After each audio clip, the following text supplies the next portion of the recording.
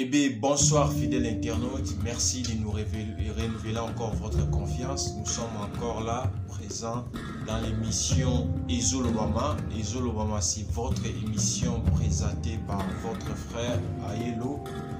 Eh bien voilà, aujourd'hui nous allons parler de l'héritier Luvumbu Nzinga. Qu'est-ce qui s'est passé au Rwanda? Est-ce que son contrat a été résilié? On lui a chassé de son club les joueurs? Quelle était sa motivation de faire ces gestes?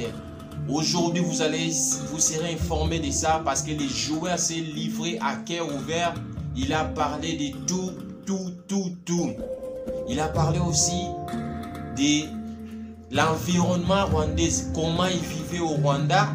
Il a parlé de tout, Je vous invite à s'accrocher dans vos chaises pour l'émission de l'héritier Luvumbu Nzinga. Dans cette émission, nous parlons de la communauté congolaise, de diaspora congolaise et partout, tout ce qui concerne le Congo. Nous en parlons de ça dans cette émission. Aujourd'hui, nous allons faire l'effort d'être un peu bilingue parce qu'il y a des gens qui veulent aussi comprendre si ces dossiers d'héritier Luvumbu. C'est pour ça que nous avons décidé aujourd'hui d'être un peu bilingue parce que nous avons aussi de la communauté qui nous suivent déjà, qui sont déjà habitués à nous suivre en lingala. Donc aujourd'hui, vous allez nous excuser. On va faire l'effort d'être un peu bilingue pour la meilleure compréhension. Ici, aujourd'hui, nous allons aborder le sujet de l'héritier Luvumbu. Nous allons peut-être clore ce sujet de l'héritier Luvumbu parce que le joueur a fait son apparition dans une émission célèbre dans notre pays que nous saluons en passant Monsieur Christian Lusakwendo et Top Congo, Thierry Kangoudia, tous ces animateurs de cette émission, nous vous saluons en passant. Dans cette émission, les joueurs ont évoqué tous les problèmes qui s'est succédé durant ces périodes, durant ces temps. C'est l'émission où Dogomona, héritier Luvumbu, il a expliqué des mots à mots depuis son geste jusqu'à maintenant. Comment il a vécu au Rwanda, pour éclairage à Makamunyon Sowana, héritier Luvumbu, à Pesibiso. Détail à Makamunyon Sowana, le comprendre que l'Oko Salaki était héritier Luvumbu. À ça, la geste, on a la carte à Rwanda, Obison Sotoebiki, la communauté internationale, ONI. Banosaki comme l'agresseur, c'est lui qui soutient les M23. Donc dans cette émission, héritier Luvumbu va expliquer son geste, il va expliquer le service ni à la fédération, discussion dialogue entre héritier Luvumbu et la fédération rwandaise de football. Les joueurs vont nous parler à cœur ouvert. Suivez. Bonjour, on peuple congolais.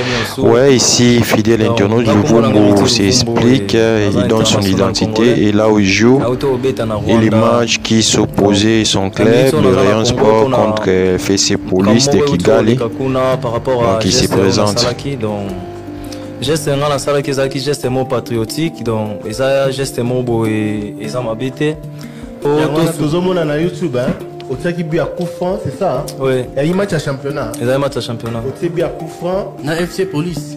Na FC Police. FC Police, il y a qui gagne? Donc, il a derby quoi. Il est tenté d'expliquer sa motivation de ces gestes. Les gestes là, c'était sa propre conviction. Ces gestes n'ont jamais été dictés par les politiciens. C'est ce que les joueurs affirment. C'était sa propre conviction pour soutenir ses frères et sœurs tués là-bas, massacrés à l'est de la République démocratique du Congo. Il a d'expliquer sa motivation, qu'est-ce qu'il a poussé qu'il puisse aider de la sorte. Parce que ceux qui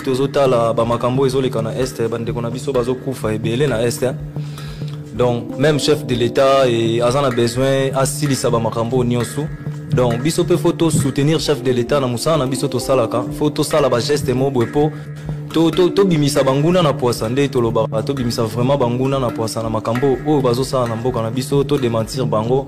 Donc, ils allaient vraiment bongo. Alors, au Bangagite, aux Anamboka na bango, au Beta na Mboka na bango, au Vana na Mboka na bango, au Tiebu, alors que le pays agresseur n'a plus à Rwanda, il y a ça la geste, wana ibang sécurité au Bangagite pour la vie.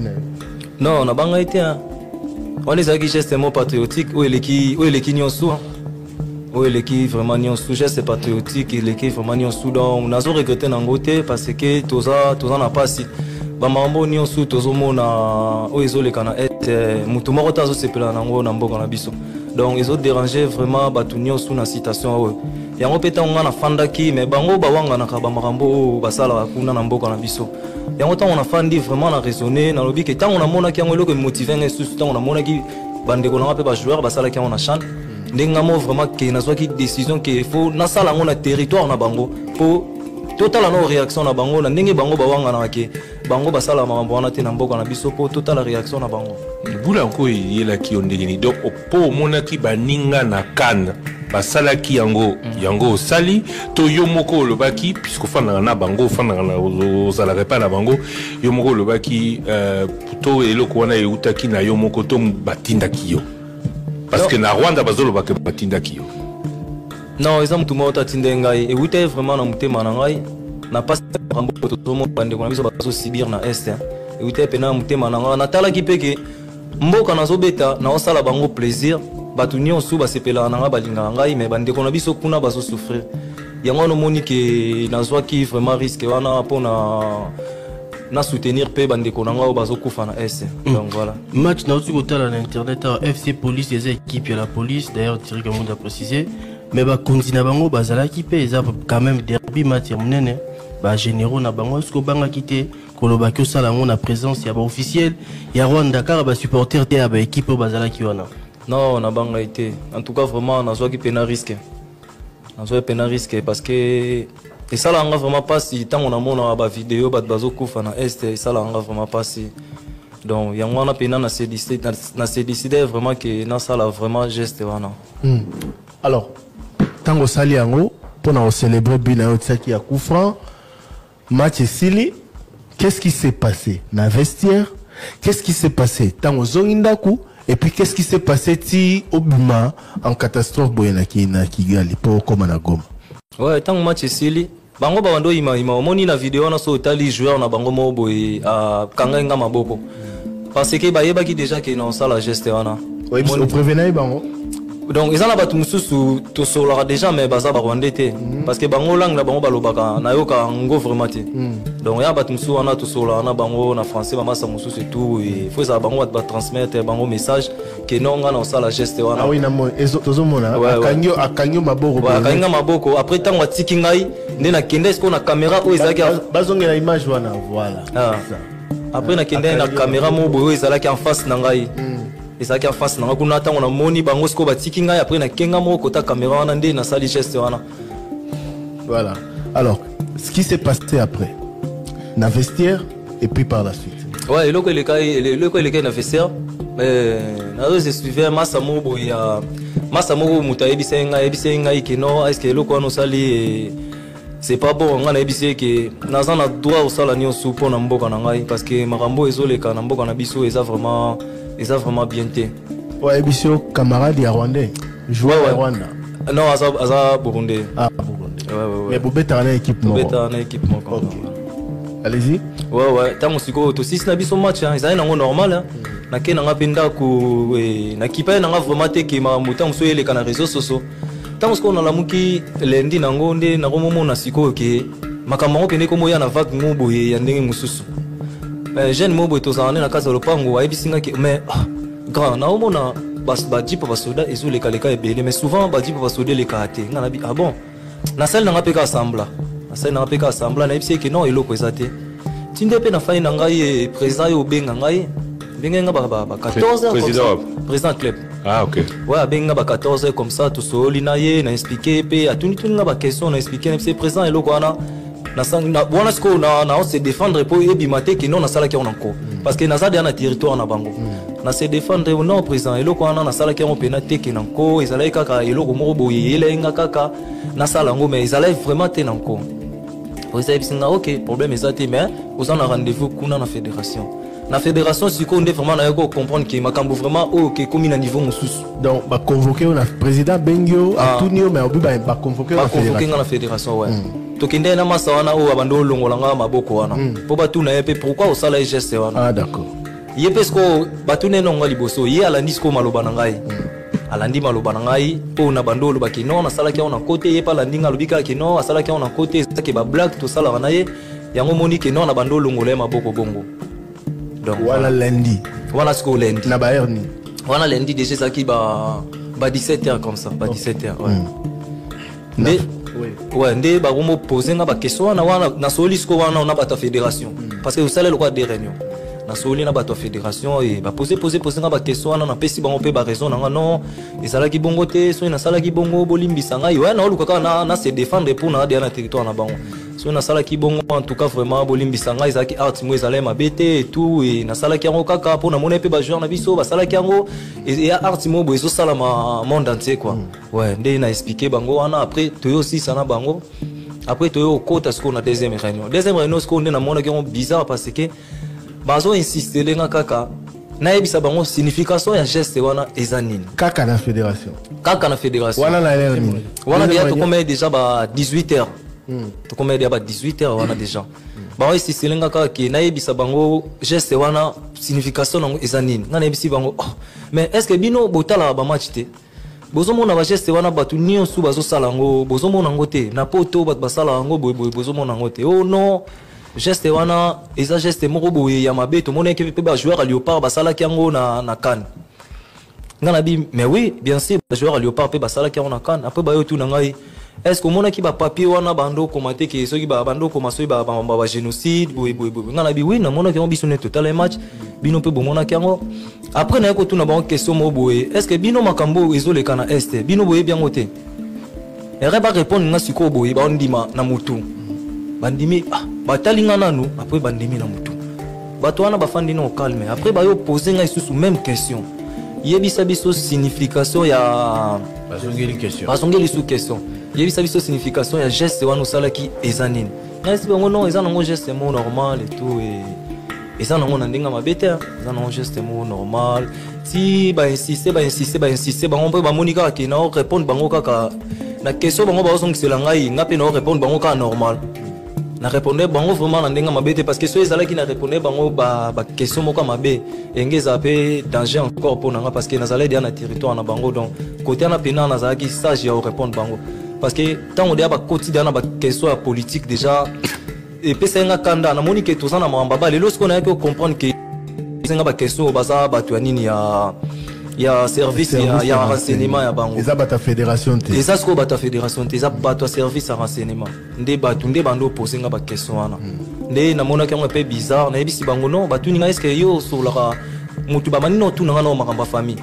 na pesi bango ba territoire na biso makambo nyonso na pesi bango ba kombo na ngai batu ninga est-ce que ozana ndeko na ndeko moko sala na politique ou bien est-ce que ozana ndeko moko soda ngana bino na ndeko soda te na sola pe na mutu moko te o asala na politique nde tang ba yo tout nanga ba question na nyonso bango mo ba monika ke nazo répondre bango normal poliment yango monike non et bon ça va problème ezate batiki biso nazo ngenda ko ba 19h donc voilà lundi ba 19h après deux réunions après deux réunions la siège à fédération ouais na siège à fédération tant siko zongi ndako qu'est-ce qui s'est passé ouais tant on a zongi ndako wana parce que na comédia ko banga déjà na comédia ko banga tant on a zongi ndako na lala bien te na lali ba 4 heures parce que côté na fandaka moi mir le pango moto kangami nango mir eza mukuse mutako sauter ba yepe ba buki porte ba koti ba sale opé mabe donc on a comme vraiment ko banga vraiment après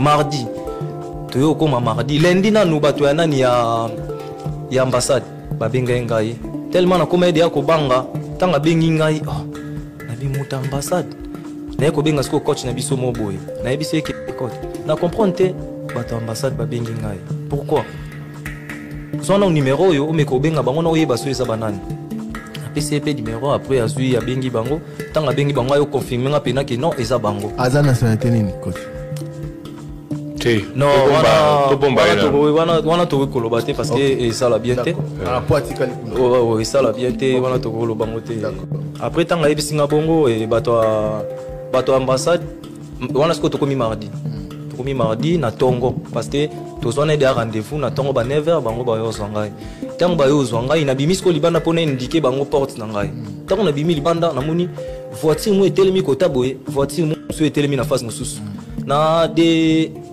montards mo boye batelemi wana et tango to bimina na bato wana après bakomi kofile biso bafile biso tata tia ambassade tant ba moi to koti na ambassade non avant to kota to yo kuta mutu mo wana tant ka biso to komi après ba voiture wana bando file biso eleki ça eloko eleki biso eketeli masko na veni mo liboso na ba moto wana mutu mo atelema na porte wana après to mona e alataki pantalon mo boya ya ndeti ya basoda aza alati polo pembe na téléphone tant ka moni biso to komi a déplacer mbamoko azui téléphone atia to ya bando sola tinde pe biso to kote na biso na ambassade donc buto na ngai na ambassade ba 22h wana mardi siko mais enfin avant de continuer l'isolo ambassade entre temps biso to mona na ba réseaux sociaux vague ya ba critique batou enfin tout le l'échange médiatique même ba émission et ça tout bon on a ba extrait il y a ba émission et salama ikuna yo babilo ko na nyoso banaye ko mona ngote to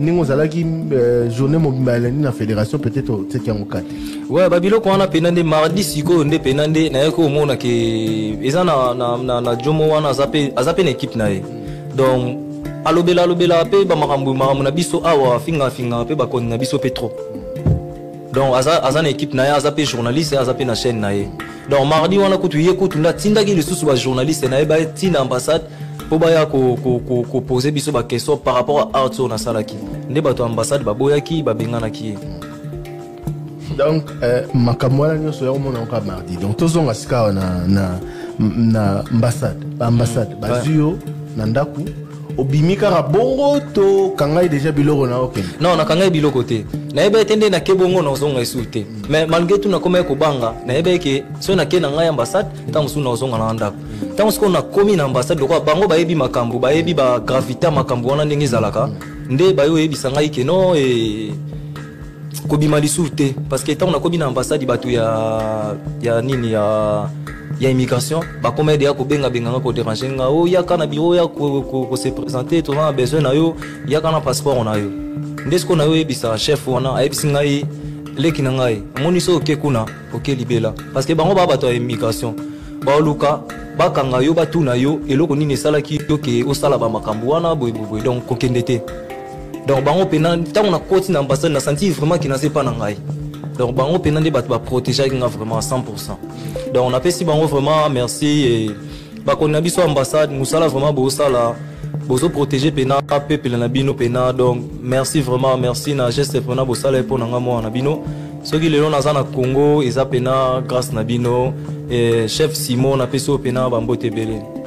Je voulais pour une précision lundi bakangio mardi du processus en quota na ambassade mais pendant ba jour wana tozo ka ba révoquer résiliation à contrat de commun accord avec les clubs c'était annoncé nyonso wana salama kindenge nini alors que yo ozala ki déjà na kati ya ambassade en fait bando c'est là basa la réunion tant biso sali réunion lundi parti nyonso oyo ya président na bonde bakende ko sala sco réunion pour ngai pour bazwa décision ya problème oyo soki ezande nini ndesko tant basali réunion mardi wala tant on a ezaki déjà ba 16h je crois il y avait 16h comme ça ndesiko yo nde ba président ba bengi ngai ndesiko ba ko bimisa décision l'état na bango nde batu ba bimisa décision nde ba yo benga ngai ba équipe ba bengi nga ba ebisinga ke non et photo tindelo papier résiliation comme ça ngana bino na koyina nous ko signer papier résiliation boité photo solo là après na bengi pe coach bengi batindela ki papier résiliation contrat batindeli nga na email ambassade et tout parce que ba boya kina bima parce que ba bengi nga ba ebisinga ke na kende kuna na siège na biso club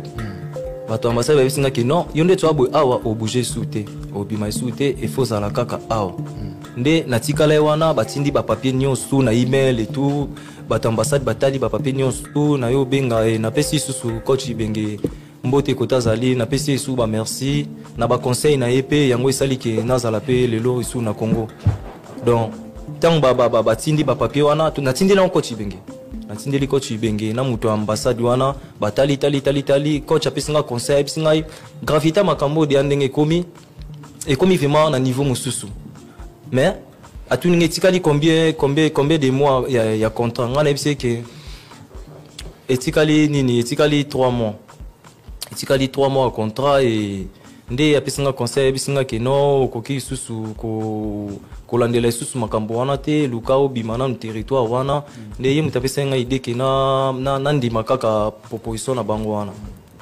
Voilà, donc pendant que vous avez une ambassade, vous avez salami, ba document, il y a résiliation en contrat, au signer résiliation en contrat, bah s'engager, bah foutre les 3 mois à salaire. Parce que normalement na loi balé ils allaient à bon côté. Mais tant on a monnaie que déjà dans un danger, na ba conseil ba pesa ngai, ndé na se décider que nati que la bango nyonsu pour na so kaka papier na nga libération pour na bima. Parce que ils allaient na loi balé ça que club soko a photo bambongo nyonso mais tellement ya gravité makambude et komaki ngamo ke tango ba pesinga pe ba conseil Nathalie pe et tout Nathalie pe vi na ngai nde na yo ebisa bango ke non problème ezate bon to ko résilier contrat amiable nde batindela nga ba papier. D'accord. Alors makambo ala nyonso salami, qu'est-ce qui s'est passé par la suite? Nenyo se retrouver na Goma alors que bah passeport na bakangaki eza pas na bango, c'est ça? Ouais, bakangaki passeport na ngai na immigration na bango. Tant que kominde bazui passeport na ngai ba na papier mo bo ba pesa ngai na ambassade nde bango bazui passeport na na carte na bango ya identité bazwango baboyi ko pesa ngo. OK. Nde ambassade asali ki okoma na Goma. Ouais. Et la Goma on se retrouver alors Jean nini ya ba menace harcèlement au lobaki tant Genovic Mbo a sala qui interview au bandé ko subir en dehors il y a makambo nyonso bandé bando ko accélérer ngai na compte na ngai ezana ba supporter na réseaux sociaux ouais ezana ba supporter mususu balinga ngai bazo encourager ngai mais ezana ba mususu bazo accélérer ngai bazo tindela ba message à mabe donc babiata na zana Congo awa bazana batna bango awa ba osala tuka ba kitanga donc tilelo bazo tindelo ouais ba tindela ba message na compte na ngai. Mais avant épisode oyo avant makambo oyo et comment obeti kuna moi bataille belé ba saison belé deuxième saison voilà deuxième saison ouais ce que si la kinde na nga ko sa deuxième saison siko ambiance ezaki ndenge avant épisode de malheureux ya au bandé ko vivre ndenge nini ozaki kino à l'aise na ba rwandais na ba collègues na ba tunyo so bandé ko sa ba activité na calmement ouais na bando vivre na normal na bando vivre na normal mais tant to mona ba makambo ezoleka na SND ko na ezo sala passe ya to vivre à côté mo boyo ki bande ko na kuna ba osala bango mabe mais yo koto zali o pesa bango sentiment mo boyo mais bande ko no côté mo ba souffrir donc et comme na moment mo boyo ko ka souté o se déchaîner yango no moni ke e komela ki ngai vraiment passe wana e sala ki ngai vraiment donc na koka eli souté na koka vraiment souté courage wana ozwaki je crois que Christian Sako na tuni aux questions wana ezaneti joueur mo ukrainien abeta na Russie en pleine guerre entre Russie et Ukraine, a Tiebu pour célébrer à brandir l'homme contre guerre à Russie, alors qu'il y a eu des conséquences. Yo vandi na bango, ça fait 2 saisons, pratiquement 2 ans. Oyebi babizaleli, oyebi makambwana, pour yebi contexte politique entre biso na Rwanda. Courage ya osale loko wana na risque wana. Batu mingi pe bazo tuna awa na ba réseaux na YouTube bazo landa biso e uti wapi. Ouais, uti ka pa na ngamoko, zala geste mo patriotique nde na uti loba. Et ça qui geste vraiment patriotique donc et tout chacun a vraiment donc malgré tout nazo qui naebi que eza risque naebi vraiment que eza risque tinde na komi hawa nazo remixer vraiment nzambe makasi parce que so nazo qui ba jour rebelle kuna naebi te so kenge komelanga ndenini donc naebi que eza vraiment geste patriotique donc na sala ki on pena na mutema moko pour na peuple na ngai na ba commentaire ba réseaux sociaux ba tumusu ba lobby au diro lembaki na oko za na Rwanda yango sala ki bongo. Non, eza question place no musala ko lembango te. Na lembaki te place que eza place nanga na travail ka ba futa nga wana mais passe wana ya bande kona biso ndenge bazo kufa na ba est attacking ngandi vraiment. Yango wana moni ke tindenga vraiment na sala geste wana. Alors je dois dire tout de suite à nos auditeurs qui nous suivent et à ceux particulièrement qui nous suivent via YouTube que pour la première fois depuis que Top Congo existe, nous sommes dans l'obligation de bloquer certains utilisateurs apparemment de nationalité étrangère.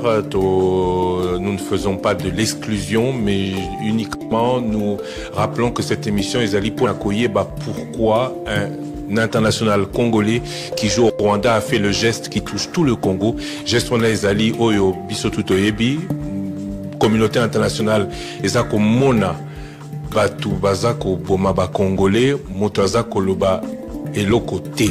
Ce geste est connu. Je ne vois pas pourquoi il n'y a que, semble-t-il, certaines personnes qui s'en insurgent.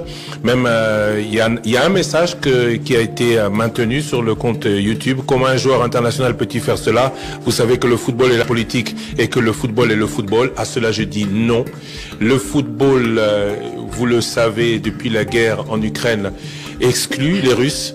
Vous savez que dans ce football, alors que Rwanda is killing, et cela est reconnu aussi par la communauté internationale, je cite l'ONU, vous savez que c'est de ce même football qu'utilise le Rwanda pour, dans certains grands clubs européens, dire visite Rwanda, preuve que le football est aussi un vecteur et que ce n'est uniquement que parce que un Congolais a pris le courage, a eu courage naïe, il y a Koloba, il y a lobby que Toyambié, et que nous voulons savoir et que nous voulons que ce genre de modèle, ce genre de mobilisation pour la nation devienne légion dans cette situation pour guerre Rwanda depuis plus de 25 ans et c'est Koki, Congolais, surtout particulièrement à l'Est, Lembi, Bitumba, Oyotoyebi. Moutou Namakolote, Thierry Kambo. Voilà, et Constant Ezali, je crois qu'héritier Louvumba Lobiango, le geste a été adopté par plusieurs joueurs. Même il y a une nationalité étrangère, même les Congolais d'origine, au Babeta dans la sélection étrangère. On a vu hier d'ailleurs Romelu Lukaku l'a fait, tant marqué qui dans Europa League. Les joueurs est belé au Bazali soit en origine à Congo, tout baza sensible na cause ya Congo, Bazali kolobela yango. Et même au-delà de la guerre et Ukraine, makambo belé salama à travers le football, bah message et les calors. Héritier, j'aurais voulu savoir. Liboso ya makambo wana yona ba Rwandais ba relations andérini. On parle de guerre, c'est vrai, à l'Est.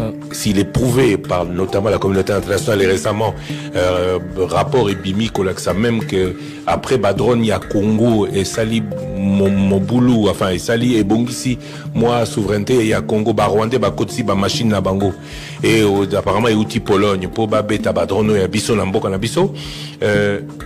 Les autorités position na bango yebani mais congolais à mutu na mutu congolais lambda de baloba azala ndenge ni par rapport à la situation kuna na ouais normalement nga vraiment nazali na vraiment l'aise na ba congolais musupe ba fanda kuna bana bango pe tranquille bana bango pe tranquille et lo mutu na mutu azana mutema na ye mutu na mutu yebi ndenge nini akoki ko porter soutien na mboka na ye nga na porta ki ngita ke un footballeur. En tant qu'un footballeur normal, on a un politicien, on a un footballeur normal et batu bazo linga ba ko itanga na politique. Makambo on a sali eza ngo makambo eza na sali on a geste o eza ki ya football. Batu ba bimisanga na makambo o ki za ya politique, on a komi politicien boy ki non. Ouais ba Rwandais ba lobby oui komi politicien, on sali politique. Voilà. Mais na sali na bango combien de bientôt so na sisa ki ane o linga ça 2 ans. Est-ce que déjà na sala bango eloko moko mabe? Na o nyosu bango basala ke pa na biso non na sala eloko wana te donc soki na sala yango na moni pena ke non na koma ki vraiment na suka bas bango basalinga mabe moko te basalinga pelo moko te mutu moko te atikali kobetanga kuna donc mais geste wana soki na sala yango ezaka mpona ko soutenir pays nanga mais ngana na yeba muke mais est-ce que ba Rwandais na niveau ya Kigali ba yeba rapeo ba autorité na bango basala kana est na biso ya mboka. Mais oui, tout le monde est bifa. Monde entier. Ba média na bango li solo ni babeta sur makambo ele karana est na biso. Non, en fait, biso na bango pena to beta ma solo na terre. Ngana na beta ma solo na mutu mo terre parce que kuno ko beta li solo bongo te. So beti li solo bongo kuna ba kangio ba na prison. Donc ko beta ta rolo bata kombo présenter kuna. Donc c'est ça. Donc on critique le président kuna jamais Omega T. Jamais. Et bah joueur d'origine congolaise to ba congolais ou ba beta kuna baza pe belé en dehors na yo. Une équipe na bino oza boni ba congolais. Ouais, actuellement na zaka nga moko congolais. na minute oyo nazaka ngamo congolais mais yana ba congolais pe musu babetana na équipe musu kuna biloko na nyonso donc etikali kuna non babiloko nanga etikala ete natindaki frère nanga moko boye mutu akendaki kozulanga babiloko ntango akezulanga babiloko batindaki soki 6 bureau de comme ça na bato ya nini ya bachef de quartier batindaki bango mpo kuta bima na biloko wana ezalaki vraiment ezali bitumba ezali mpena bitumba bayebiseke non yo fo bima na biloko fo memela biso héritier oyabi nga na memérité nde nini nga nayebi kote ye azalaki te nayebi te ntango abimaki nga nazalaki te nga nauti oyaka sikoyo nde ntango tosoli na ye après nde ayo komemelanga babiloko na nga nyonso donc nakangisaka te eloko moko te ye nde sikoyo nde nabengaki ye mpo akizulanga biloko parce que moye nga nabima lisusu nazonga kuna eza te parce que deya bakoma ye deya kolandelanda mouvement na ngai bazwaki deya telefone na nga batiango à l'écoute donc c'est ça ozalaki kuna yo moko sans famille na yo ouais nazalaki kuna nga moko sans famille na ngai napesi su madame na nga bamerkisa mingi na conseil nyonso apesa. Merci encore, merci de revenir dans cette émission. Tout le monde où ezalaki émission ya Héritier Luvumbu azalaki interpellé de Uchulanda, azalaki interpellé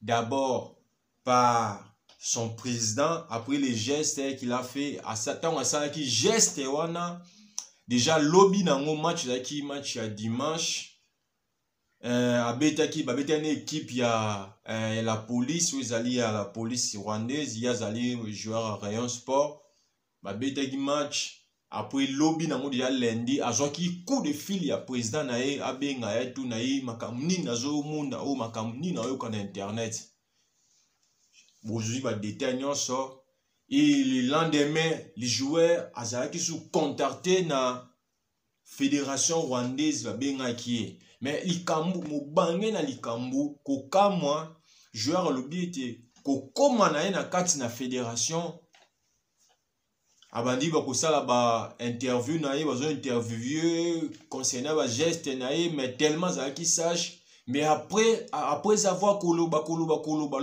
joueur ayo comprendre que nde toza boye nde za boye naza face ya ba service ya renseignement rwandaise nde bazali ko interpeller koyeba motif to motivation nini o etindaki ye asala geste wana ya ko soutenir bandeko na biso ya este joueur il s'est défendu bien aussi abiketel asali on peut na soutenir bato ils ont rien à voir na politique mais asali on peut na soutenir bandeko na este.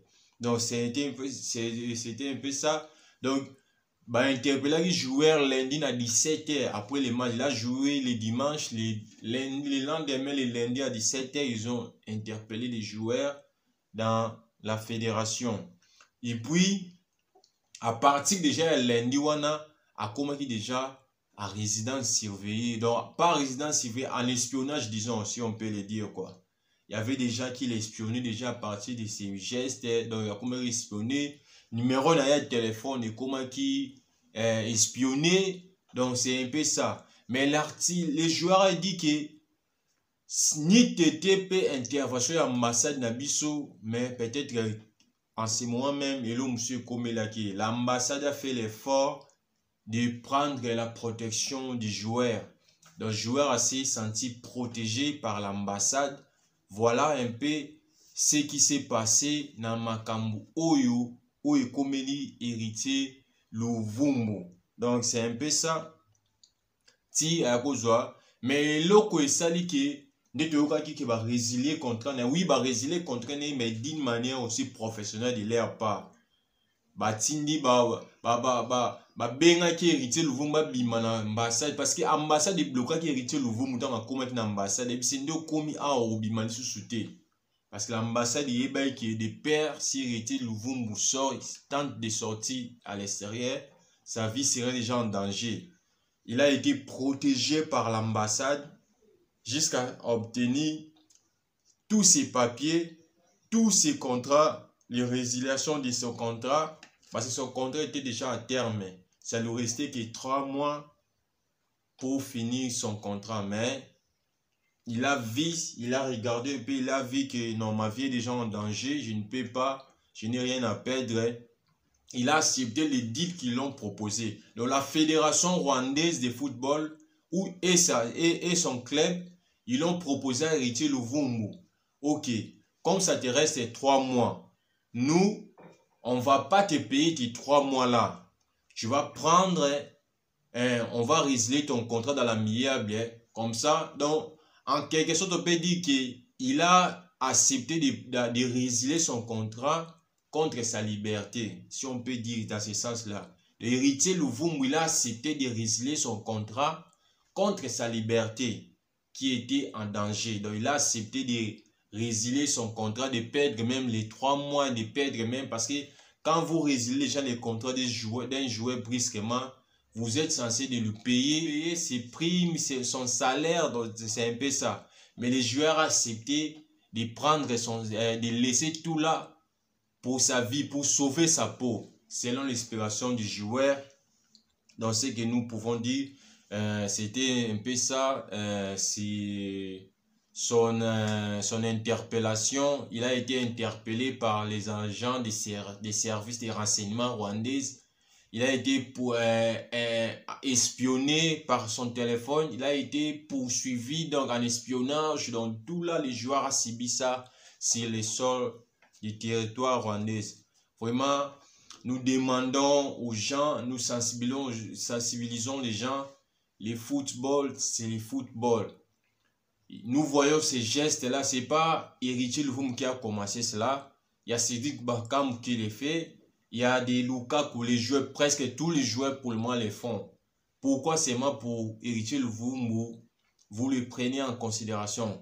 Si seulement si les Rwandais n'est au courant, si seulement si les Rwandais, vous êtes ni de près ni de loin derrière cette guerre, pourquoi maintenant ça prend à cette joueur? C'est ça la question qu'on se demande. Si vous n'étiez pas des alliés des M23, et si vous ne soutenez pas les M23, pourquoi s'en prendre aux joueurs qui dénoncent les atrocités qui se passent au Congo? Pourquoi s'en prendre aux joueurs qui dénoncent les massacres, la génocide qui se passe au Congo? La génocide qui s'est passé au Rwanda, que nous tous, nous Congolais, partout, on a soutenu ces peuples quand vous étiez dans cette période difficile. Mais pourquoi quand ça prend les autres, vous ne voulez pas qu'on puisse les supporter? Parce que vous savez quelque chose ou comment? Donc c'est un peu ça. Donc Boutso Landawana Izaki un peu émission ya Héritier Luvumbu oyo apesi la ki idéologie na ndenge wa black te na ndenge ya danser na kati ya émission oyo. Merci encore à nous pour soutenir biso, merci vraiment tout Mikampe ko se comprendre ces dossiers parce que tout le monde y un peu na ba commentaire de jui ba commentaire de par-ci de par-là na ba junior mboka na bango ba bazaki bazo manifester pour na sujet oyo. Merci vraiment. Vous continuez toujours comme ça, soutenir biso na chaîne oyo to komona na Congo na émission ezoloma. Tukutani na mbala ya sima. À la prochaine.